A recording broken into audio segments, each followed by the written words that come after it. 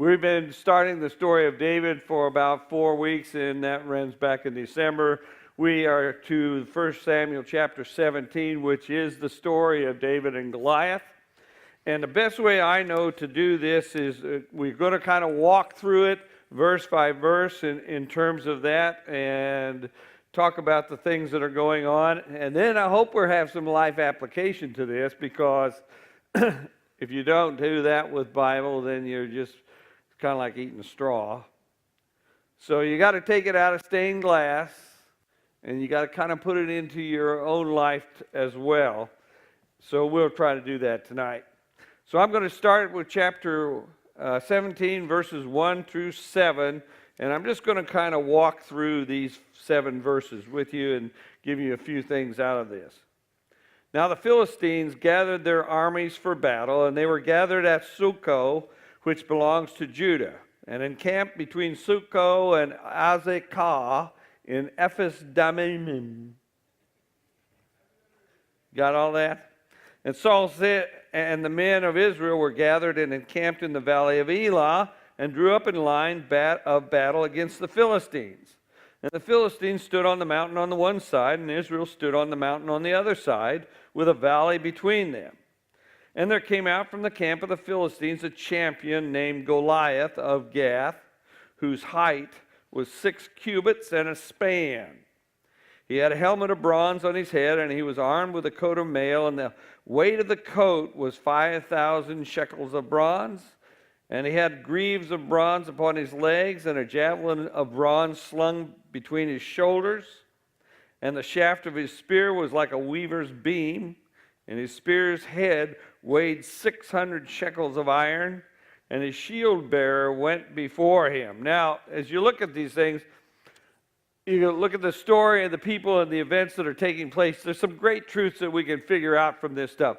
First off, everything's changed, but nothing's different. And everything's different, but nothing's changed. In terms of how people are, the difference mainly is in technology here as we look at this.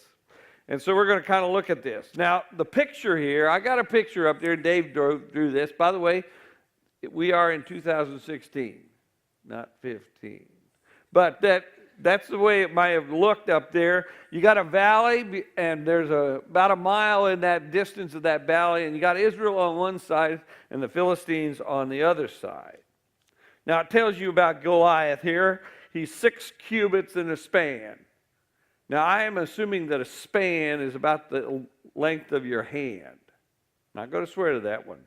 But 6 cubits is 18 inches times 6. So you got a 9 foot and a span. That's how tall Goliath was. So he's probably close to 10 feet tall. So he was a formidable looking figure. In verse 5, it also says he had a helmet of bronze on his head. He was armed with a coat of mail, and the weight of the coat was 5,000 shekels of bronze. That's someplace between 175 and 200 pounds of weight. In other words, he was wearing his armor in terms of weight. Verses 6 and 7, the spearhead that they're talking about here probably weighed 25 pounds.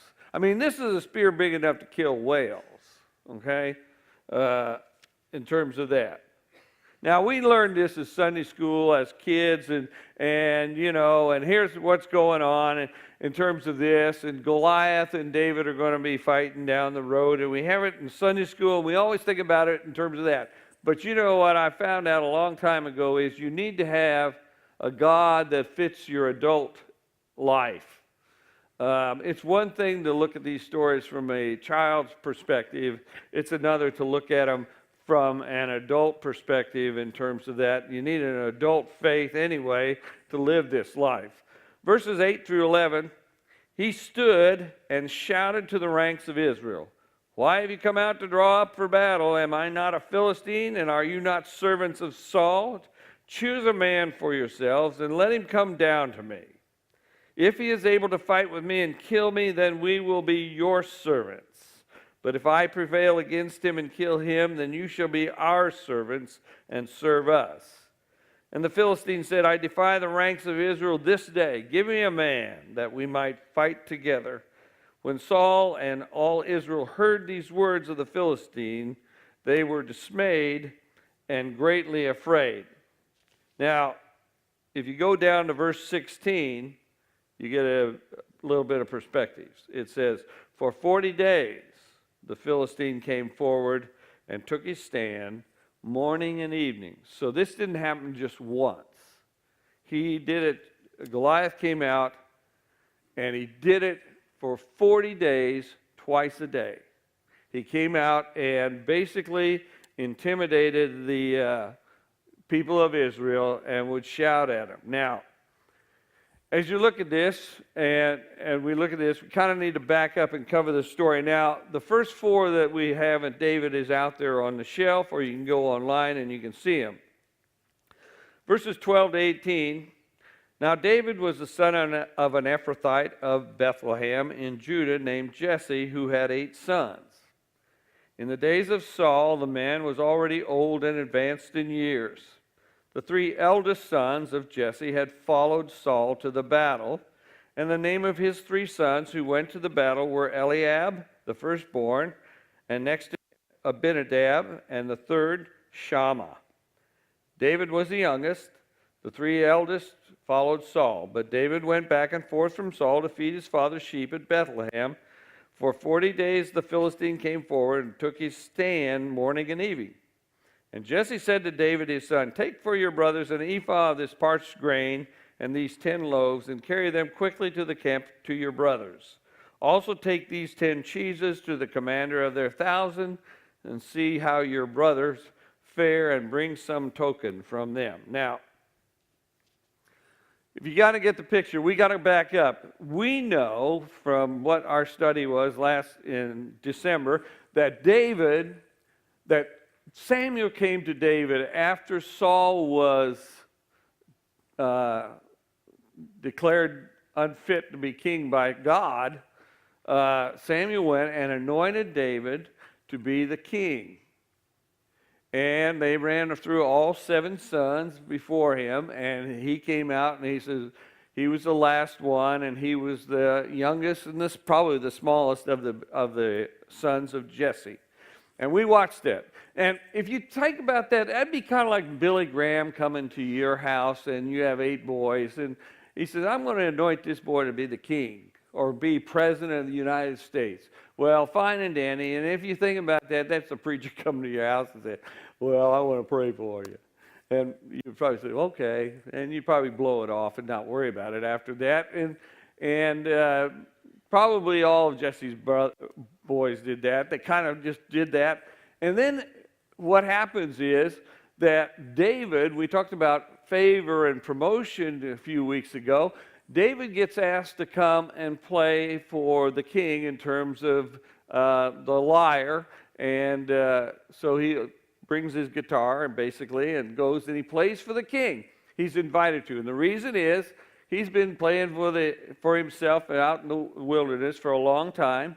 And we talked about his wilderness upbringing, and suddenly he gets kind of promoted out of his job as a shepherd boy into the king's palace. In other words, he's in Washington, and he's playing for the king because the king, King Saul, had an evil spirit around him, and he went mad every so often. And what David would do for him is he would play his guitar, and he would soothe the madness in King Saul. And so he started doing that kind of stuff. And Saul came to like him because he was around when he did that. Now, as we said, Saul didn't have the technology we didn't. He couldn't turn on the radio. He couldn't get his iPod out and listen to things and do stuff like that to kind of do it. So we know that David's doing that. Well, in the midst of that, David still goes home and he takes care of the sheep and stuff. And at this point in time, Jesse's got 3 sons that are involved in this conflict between the Philistines. And he says, David, I want you to go and take some cheeseburgers and fries down to the boys down there, and I want you to check them out and make sure everything's going on. And that's kind of the story so far. And of course, that covers about 4 hours worth of work we've done here. What does Goliath is doing to the Israelis is he's coming out morning and evening, and he is intimidating the people of Israel because he's so big. But he comes out and he yells at them and talks nasty, and he taunts them. Basically, is what he's doing. Now, the application for this is the story that we hear in Sunday school. But I want you to think about your own life. And this may apply to you right now, may have applied to you before, and you can remember times. There are giants in our lives. There are fears and worries. There are anxieties. There are pressures that come upon us. And if you're in one of those places where it might be finances, it might be illness, it might be relationships, it can be anything that's kind of like a giant out there in front of you, and it stands in front of you and it intimidates you. It's a taunting kind of thing. Basically, it's like having your fears yell at you. You know, I know the people that have sometimes have physical health problems. That issue, whatever it is, kind of constantly yells at you from the inside. It could be finances, it could be your job, it can be anything. It's the pressures of our lives, and they can really hammer us. Well, anyway, Goliath is like that. He can't take the whole country of Israel. I don't care if they came one by one, they would wear him down and kill him at some point in time. But he's out there, and he's like a voice of intimidation that taunts them, and we have these kinds of things in us. The issue of your life or the pressure that's on you or hammering on you may or may not have any real significance, but it yells at you. I mean, I've had enough problems over my years in terms of things that have happened that it's just constantly in your mind. Just like Goliath would show up morning and evening, and he would taunt these people about that. And while that's going on, meanwhile back at the ranch, David, he doesn't know very much about the battle. I mean, he's probably heard about it superficially. It's kind of like, you know, he doesn't get up in the morning and read the local newspaper on this stuff, and so he's just doing his job in terms of shepherding, and every so often he would show up in Saul's hut or tent, and he would play for him and stuff like that, but he doesn't know what's going on any more than most people would know. Another thing about this story, we talked about this, Saul didn't know that God had left him. And that's a scary place to be. But Saul was a man who started okay. God called him to be the king, but he really lived out of his flesh. In other words, he made the decisions for his own life, and over a period of time, slowly but surely, the spiritual nature of his life was put aside, and the flesh began to take over, and that's the stuff that we think about ourselves all the time. And he began to live his life horizontally and rule horizontally, you might say, without any regard for what God would say. And we know this because Samuel was the voice of God for him, and he would tell him things, and then Saul would go on and do it, but Saul did not know. And it says in Scripture that the Spirit of God left him. Now, that is a terrible place to be. You know, if God's Spirit is no longer for you and with you, that is a terrible place to be. And it says so in the story that God chose a man after his own heart, and that was David. Samuel did the physical things, and he anointed him. But as this goes on, and so then, even so, things have to unfold over a period of time in terms of that promotion. Well, anyway, so Jesse sends David to go. He's concerned about his boys. because they're in the midst of a battle or a conflict, and he's concerned about him. And he says, take some cheeseburgers and fries, and make sure you put cheese on those. And go down, and then he also says something about the commander. He says, make sure this commander gets some cheese. And this is, hey, so that my boys don't get a little bit of favor here and get taken care of. So he's doing this. David has no plan to fight. He's just going back and forth between this conflict and the sheep. He's also going back and forth between taking care of sheep and playing for King Saul in terms of his soul. That's all he's doing. He's doing his thing. And the morning that this happens is like any other day. And this is a principle we all need to keep in mind. We never know when it's going to hit. We don't know when things are going to rise up and hit us or put us into a position that we need to deal with. We never know. That day, David got up. He was doing his own thing. And he moved right through it, but he didn't know what was coming. I guess the principle here is to understand that truth, first off, that when you get up in the morning, you really don't know what's next. But one of the things that we can do is we can be prepared. And that's mentally, emotionally, spiritually in terms of things. Because good things come and bad things come. And these things come out of the crises or events in our lives that take place. And we don't know when they're going to hit, depending on your age, whether you can remember. December 7th, 1941. You get up, if you were alive then, you got up, and suddenly you hear this thing about what's going on in Hawaii when the Japanese attacked. October 1929, when the stock market went into the toilet and the Great Depression began.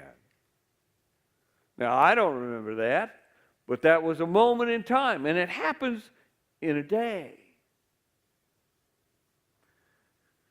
Where were you on September 11th, 2001? I remember where I was. I turned on the TV at about 8 o'clock in the morning, and I saw it happen on TV. We as a nation, we didn't know. We get up that day, and it happened. Those are the big things that happen to us as a people. But, you know, there's nothing that David knows in terms of that. You get up one day, something happens in the context of your life that is either good or really bad. You don't know it. And that's the first principle out of this. David's just living his life. He's doing what he's working for his dad. He's working for the king. He's got his job. There's no announcement of this stuff. The other thing is, King David has been told by Samuel that he is going to be king. Now, I don't know how that would affect you in terms of that, but you think about that. You know, somebody says, I've had people in worship services and say, you know, I think God's going to really use you. Well, fine and dandy, but, you know, that's fine and dandy, but it's just the preacher talking. And that's probably some of what it probably settled in the back of his head, but his brothers, they didn't care one bit. You know, there's no announcement. There's no angels that showed up when Samuel walked in the door and said, had a meal with Jesse and said, I'm going to anoint one of your boys, and I think he's going to be the king, and say, oh, well, thank you very much. And this day comes along. For 40 days, Goliath's up there yelling in the morning and yelling in the evening, and this is the 41st day of that time period. Verses 19 to 23. Now Saul and they and all the men of Israel were in the valley of Elah fighting with the Philistines. And David rose early in the morning and left the sheep with a keeper and took the provisions and went as Jesse had commanded him. And he came to the encampment as the host was going forth to the battle line, shouting the war cry. And Israel and the Philistines drew up for battle, army against army. And David left the things in charge of the keeper of the baggage and ran to the ranks. And he went and greeted his brothers. And as he talked with them, behold, the champion, the Philistine of Gath, Goliath by name, came out of the ranks of the Philistines and spoke the same words as before. And David heard him. David shows up at the camp with his cheeseburgers and fries. And he heard him. He never heard about this guy before. Verse 24. And all the men of Israel, when they saw the man, fled from him and were much afraid. David, I see things in my head. How's this play? Oh, David's up there in front. And this guy comes out and he starts yelling at the Israelites and they all take off. And David's left standing there. So what's going on here? Who is this guy? Verses 25 to 27. And the men of Israel said, have you seen this man who has come up? Surely he has come up to defy Israel. And the man who kills him, the king will enrich with great riches and will give him his daughter and make his father's house free in Israel. And David said to the men who stood by him, what shall be done for the man who kills this Philistine and takes away the reproach from Israel? For who is this uncircumcised Philistine that he should defy the armies of the living God? And the people answered him in the same way, so shall it be done to the man who kills him. Now, I don't know if you ever, David is left standing there, and these guys are all talking about this stuff. David is left standing there. I don't know if you've ever faced a Goliath in your life, a real obstacle that's right up in front of you that threatens you seriously. But David's, he has the presence of mind here to think ahead. David's not a shallow thinker. Verse 25, it says, and on the men of Israel, have you seen this man who has come up? Surely he has come up to defy Israel. And the man who kills him, the king will enrich with great riches, and will give him his daughter, and make his father's house free in Israel. Now, this is the incentive plan here that these guys are talking about. So Saul must have said these things at some point in time, and so Saul's the one who should be fighting here, but God and he aren't talking. There are three things in this incentive plan. Now, take it out of Staingrad. First off, the guy that kills Goliath is going to get great riches from the king. They don't say how much, but they say that. The second thing that he's going to get is Saul's daughter. Who knows whether that's any good or not. We'll see why later. The third thing is no taxes. Isn't that what it says there? And the king will enrich with great riches and will give him his daughter and make his father's house free in Israel. That is, no taxes. Anybody ever see that movie Armageddon when they're getting ready to go take care of that asteroid that's coming to the Earth? And they said, we got a few things we want to have, and I don't know, several of them. One was, we don't want to pay taxes ever again. Well, this is what's going on here. He said, the three things are, you got great riches, whatever that means, we don't know. We get Saul's daughter, we don't know if that's a good thing or not, but no taxes. That's what's going on here. Verses 8 and 25 kind of need to be looked at together. This is Goliath. He stood and shouted to the ranks of Israel, why have you come out to draw up for battle? Am I not a Philistine, and are you not servants of Saul? Choose a man for yourselves and let him come down to me. That's what it says in verse 8. This is the first time it happens. Look at verse 25. And the men of Israel, have you seen this man who has come up? In other words, what was happening is that Goliath would come out every day and he would yell at the Israelites and try to intimidate them and taunt them. But every day he would move closer to their side. And that's probably why they buckled and run, because each day he would move closer to their sides. And in 40 days, he's moved probably most of the way across that valley, and he's coming up on their side. Okay, here's a principle that kind of goes with this. Because if you think about it as a real life experience, and this is taunting and this is intimidation. And it doesn't matter what that intimidation or taunting is. I mean, it can be in your mind. It could be about your finances. It could be about your health. It could be about your relationships. It could be about your job. It could be anything, okay? What happens if you give enough room to those kinds of bullies in your life? And that bully can be like Satan, he's like a giant. Here are the things that a bully will do in terms of this stuff. And I tell you what, we as America better be paying attention to what ISIS does and what these radical Muslims are doing, because they basically are doing the same thing. This is a collective picture, but they are also, the first thing is, they take over your territory. They begin to get into your territory. And thoughts can do that to you too. And the second thing is that they'll move enough into you where they begin to move into your thinking or your camp all the time, if you want to use the physical picture. And that's how it works.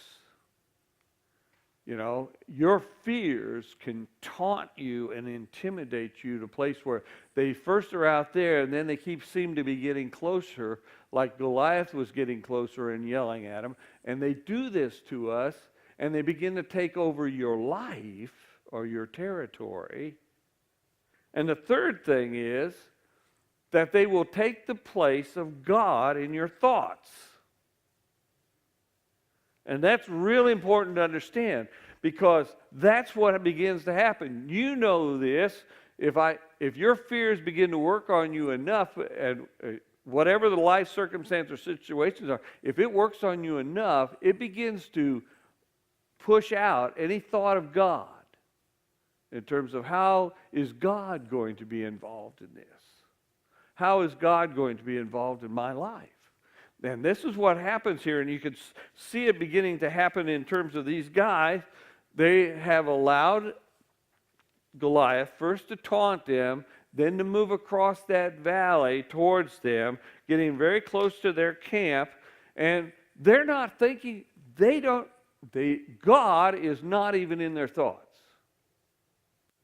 One of the reasons God is not in their thoughts is because God is not in Saul's thoughts at this point in time, and he's the leader of the country.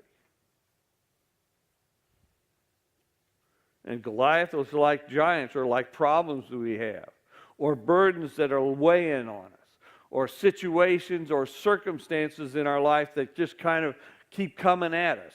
Could be our finances, could be your health, could be a relationship that's bad. But there's bully. It's a picture of a bully. It's a physical picture, but there's a spiritual reality that goes with this. And that's what we see happening here. Verse 28 through 30. Now Eliab, his eldest brother, heard when he spoke to the men. What did he say? What did David say? Let's back up. He says, what shall be done for the man who kills this Philistine? Basically, he said, okay, what's the incentive here? And takes away the reproach from Israel. Basically, the reproach from Israel is that God is not with them. For who is this uncircumcised Philistine? He's a foreigner, that he should defy the armies of the living God. And you'll notice that David is the one that raises up the fact that, hey, we are God's people, and this is he is defying the people of God. And the people answered him in the same, so shall it be done to the man who kills him. Now Eliab, the two other brothers are there. His eldest brother heard when he spoke to the man, and Eliab's anger was kindled against David. And you got to think about this. You got Goliath out there yelling at him, and David said, why doesn't somebody deal with this guy? And Eliab gets mad at him. And he says, why have you come down? And with whom have you left those few sheep in the wilderness? I'd like to take note of the word, few sheep. I know your presumption and the evil of your heart, for you have come down to see the battle. And David said, what have I done now? Was it not but a word? And he turned away from him towards another and spoke in the same way, and the people answered him again as before. Now, here we have the people of Israel that are in conflict with the Philistines. And who is Eliab? He's the firstborn son of Jesse. He's the first one that went by Samuel. One of the things that we know is, why is he getting mad at David? Mainly, well, one reason might be the fact that Samuel bypassed him and said, I'm going to anoint this one. So what is involved here?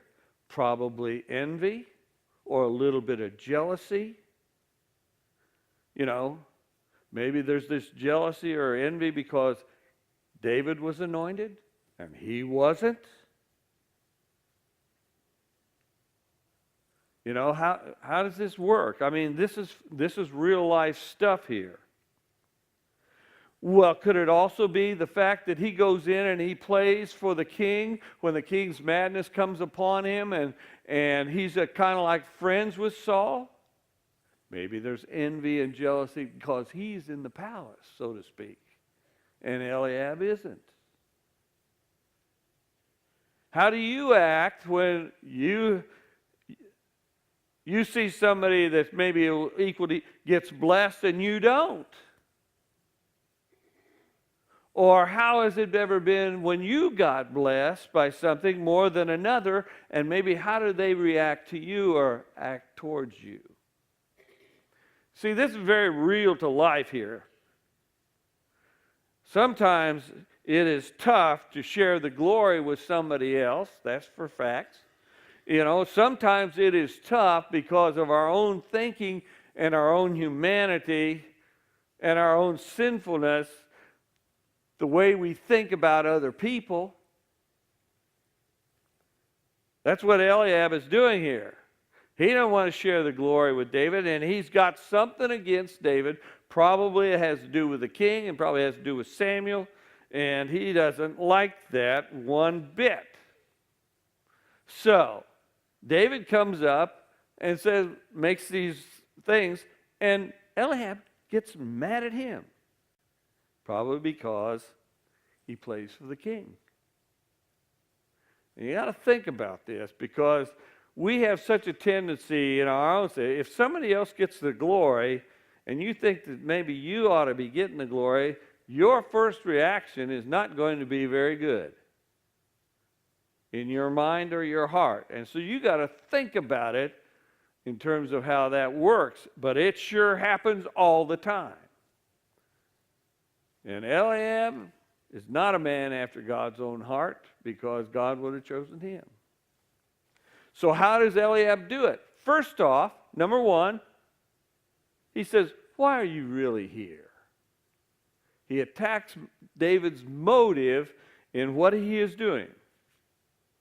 Then he humiliates him, or tries to humiliate him. He says, why did you leave those few sheep?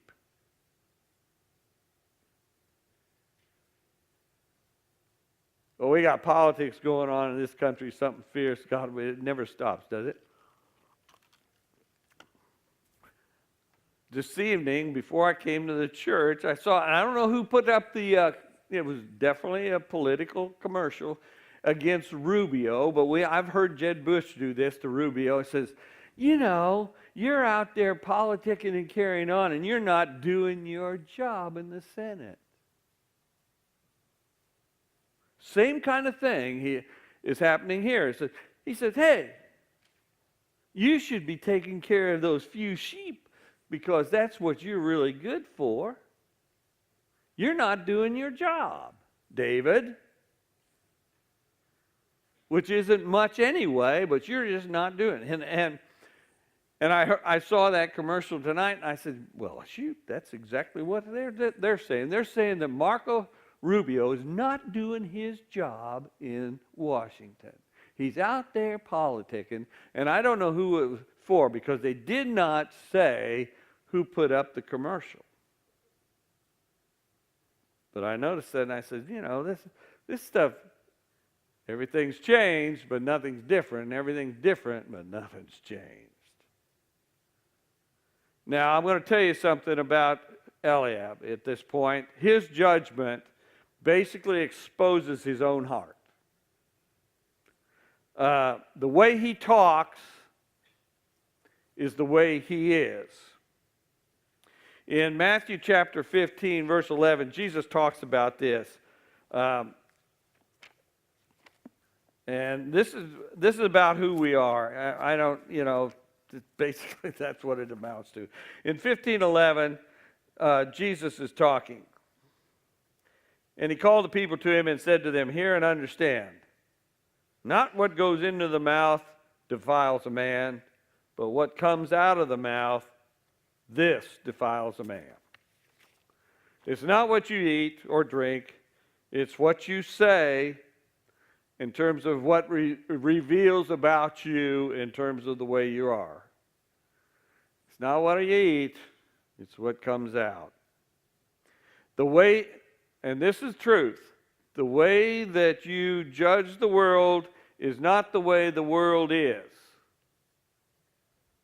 It's the way you are. All of us have lenses, and it's the way we see the world. And the way you see the world is not the way the world is, it's the way you are. In the movie Forrest Gump, everybody's seen it, right? Forrest sees the world through rose-colored glasses. Everything's okay, and we watch him walk through this, but through the whole thing, he has nothing really bad to say about anyone or anything except just his observations. Because, and it's not the way the world was in that movie, it's the way he was in that movie. And the fact of the matter is, this is true of all of us. The way we see the world is not the way the world is, it's the way we are. Now, in terms of how you see the world, if you can get out of yourself enough and use the lens of Scripture and the Spirit of God in terms of how you see the world, then you can begin to see with clarity or a clear lens. But it's never totally clear. One of the things that I know about judgment is, and I've preached this, people think that God is some kind of ogre or something, but if you read the Scripture, Jesus said in John 3:16, He came to save the world, not to condemn it.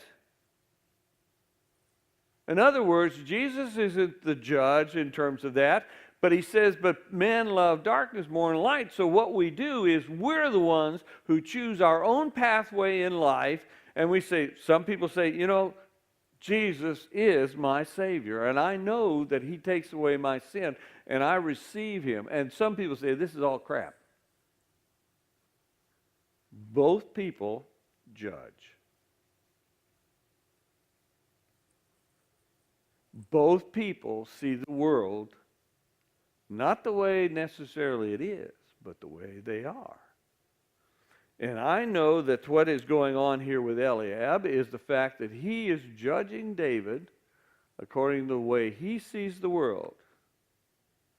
And he could have translated this when he said, "Why have you come down?" He could have said, been translated, "You've come to be seen at the battle, haven't you, David?" And the fact of the matter is, that's probably why Eliab was there. He wanted to be seen in terms of the battle. This is very applicable to ourselves, in terms of how we look at the world. And the only thing I can tell you is the idea of John the Baptist, when he was asked about Jesus, he said, "He must increase, I must decrease," is really the way that you should go about your vision in the world. Jesus must increase in my life, and I must decrease. Now, in the midst of this, David here is fairly impressive when he says this.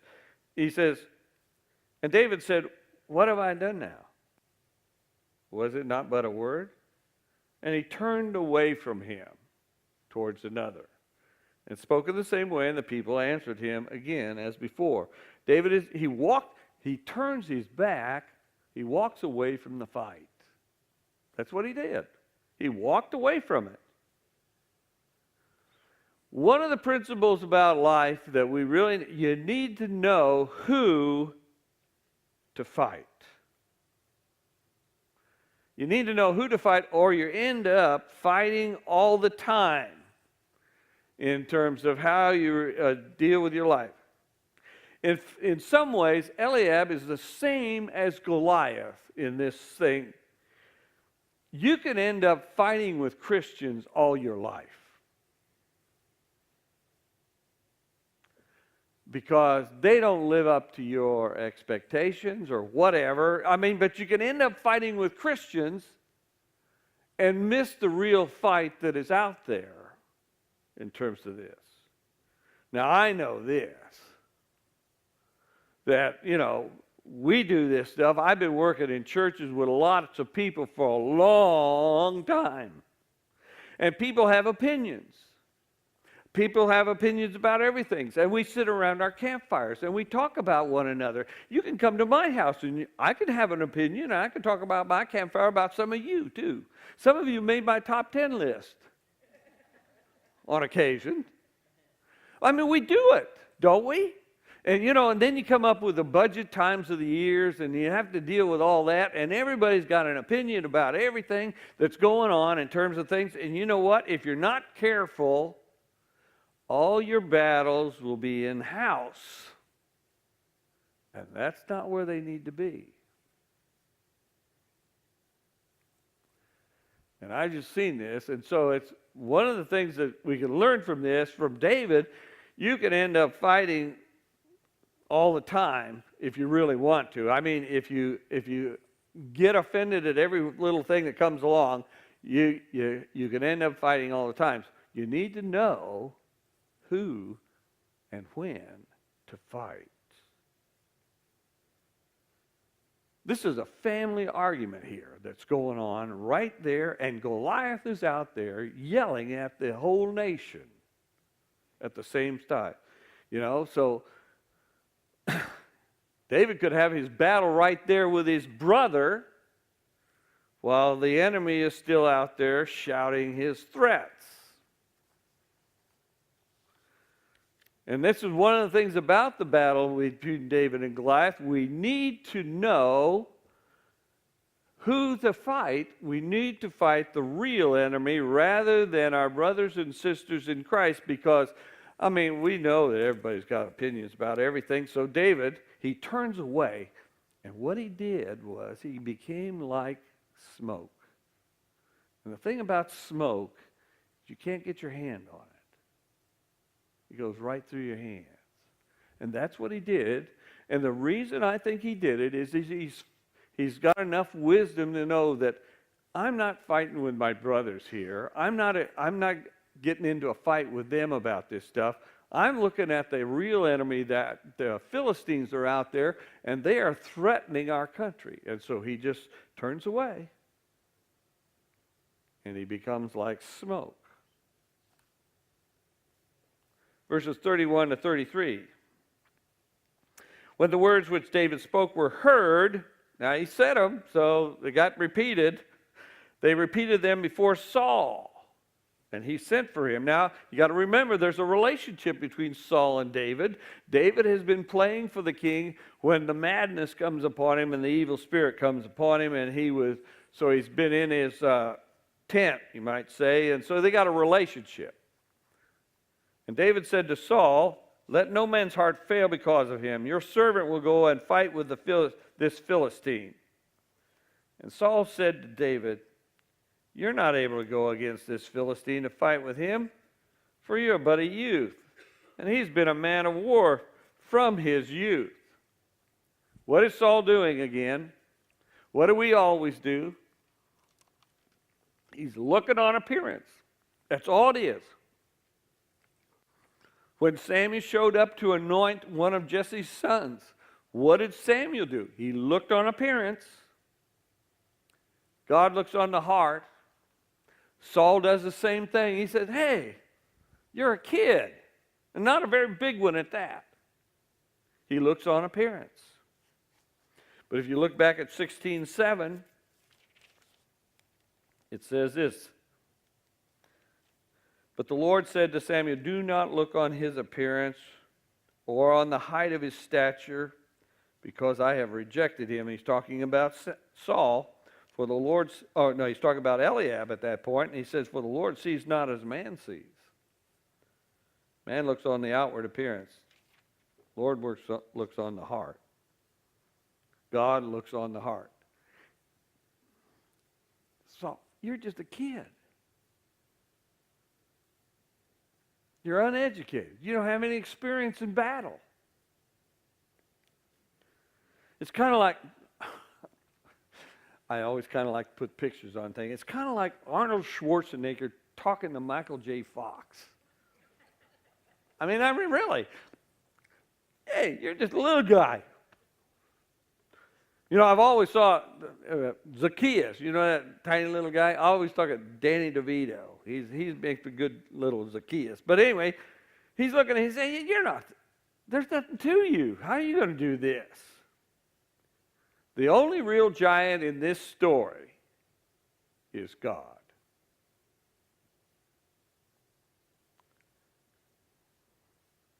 David is his man. David has found favor in the sight of God. David is going to have a shield and defender by the name of El Shaddai, Almighty God. The only giant here is God himself. I want you to take this to heart. Now, if God is with you, you can't lose. If God is not with you, you can't win.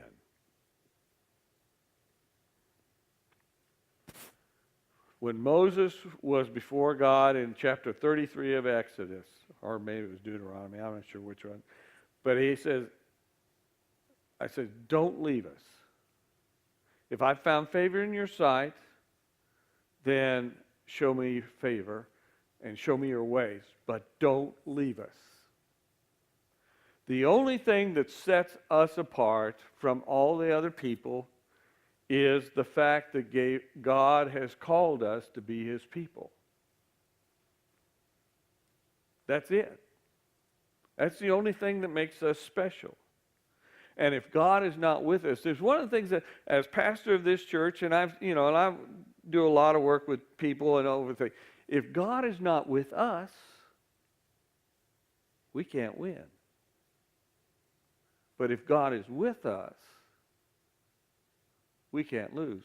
And the thing that I know is, I want to be like John the Baptist in this and say, I must decrease, he must increase. In other words, I want to be his man in this world.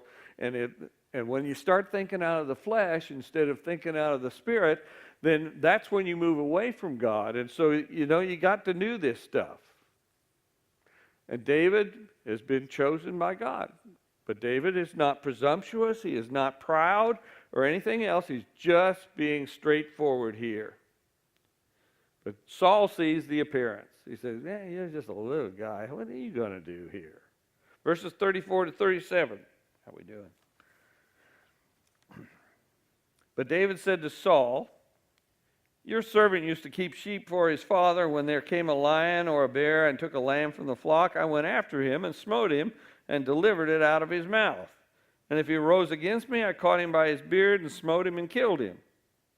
Your servant has killed both lions and bears, and this uncircumcised Philistine shall be like one of them, seeing he has defied the armies of the living God. Once again, he comes back to the fact that we are God's people. And David said, the Lord who delivered me from the paw of the lion and from the paw of the bear will deliver me from the hand of this Philistine. And Saul said to David, go, and the Lord be with you. First off, private victories come before public victories. Keep it in mind. Private victories always come before public victories. The greatest thing God will ever do through you is what he works in you first. David knows of his capabilities. While he's been out there all by himself in the fields, he has dealt with bears and he's dealt with lions. He's probably dealt with all kinds of things out there. So he is experienced and trained in dealing with the things of his world that come against him and that come against the flock of his father. So he knows. He says, I know how to do this stuff. He says, and all this guy's just a man. And he also knows this. In verse 37, this is the other side of it. And David said, the Lord who delivered me from the paw of the lion, from the paw of the bear, will deliver me from the hand of this Philistine. And this is the other thing. He also knows. He knows his own capabilities, okay? He knows his relationship with God, but he also knows that it is the Lord who delivers him. He is not cocky or prideful about this stuff. He knows that he can be had. That's one of the things that, you may have a lot of talent and experience and everything, but everybody can be had. And sometimes it doesn't matter how good you are. Sometimes it's called luck in this world. Sometimes it's God's hand that pulls you out of the fire. And I don't know how many times over the years there have been times when, hey, I may know how to deal with a situation, circumstance that's going on, but I also know this. If God hadn't intervened, my derriere was cooked. And David recognizes this truth. He says, even if I have the skills here to handle this guy, he might get lucky at me. And if God doesn't take care of me, then I'm going to be had. A couple of things we need to remember here are principles. We forget what we ought to remember. We forget what we ought to remember. Sometimes when you get in a difficult situation or something, you may have been walking with the Lord for quite a while. And you may know how he's worked in your life before, but you know what we do? We forget. We forget. Sometimes we forget our own talents and skills in a particular area where we're in difficulty. We forget what we should remember, what we ought to remember. And the other thing is we remember what we ought to forget. When the giant taunts When the circumstance, situation in your life taunts you and tries to humiliate you, what we do is we remember our defeats and we forget our victories. We forget what we ought to remember, and we remember what we ought to forget. So when you get into a life situation where there's a giant in front of you, don't forget what God has done for you in the past. And also remember that he could not kill the whole nation. I had a lawyer one time talk to me about things, and he said, I always tell my clients, he said, just remember this, they can't eat you. And there's a certain sense in which Goliath couldn't defeat the country, but he was a voice that taunted and intimidated. Now we know that Saul is living out of his own flesh, and we hear what, David comes in there and he says, you can't do this, and David gives him the thing, and then Saul says, go, and the Lord be with you. Now that's a carnal Christian if I ever heard one. Because he wasn't living by the power of the Holy Spirit. He wasn't living by his relationship with God in terms of how to govern the people and how to fight the battles that they face. And nominal Christians do that. We lose the glory that we have because we become very horizontal in our thinking. Always we do this. Oh, I'm as guilty as anybody else. Rather than say, Lord, you need to help me out here or help out in this situation, we said, well, I somehow got to work it out, but that's a big giant out there, and we just go on. Nominal Christians, Christians in name only, do not live by the power of the Spirit. They don't live their relationships that way. They begin to think horizontally. They don't deal with the life situations, circumstances, the battles of life that we all have, and those big things that get in front of us. We don't do it by the power of the Spirit. We don't look up and down. We are very much horizontal in our thinking a lot of the times. And the principle here is don't be like Saul was, because Saul had lost it. Verse 38 and 39, I do want to just read them to you, and we'll pick up on these next week. Then Saul clothed David with his armor. You need to think Arnold Schwarzenegger and Michael J. Fox, okay? He put his armor, he put a helmet of bronze on his head and clothed him with a coat of mail. And David girded his sword over his armor, and he tried in vain to go, for he was not used to them. And then David said to Saul, I cannot go with these, for I am not used to them. And David put them off. That's what Saul was doing. He was trying to outfit David with his armor. What works for one doesn't always work for another. And we're going to leave it at that. We'll come back at this particular spot next week, right here. Let's pray.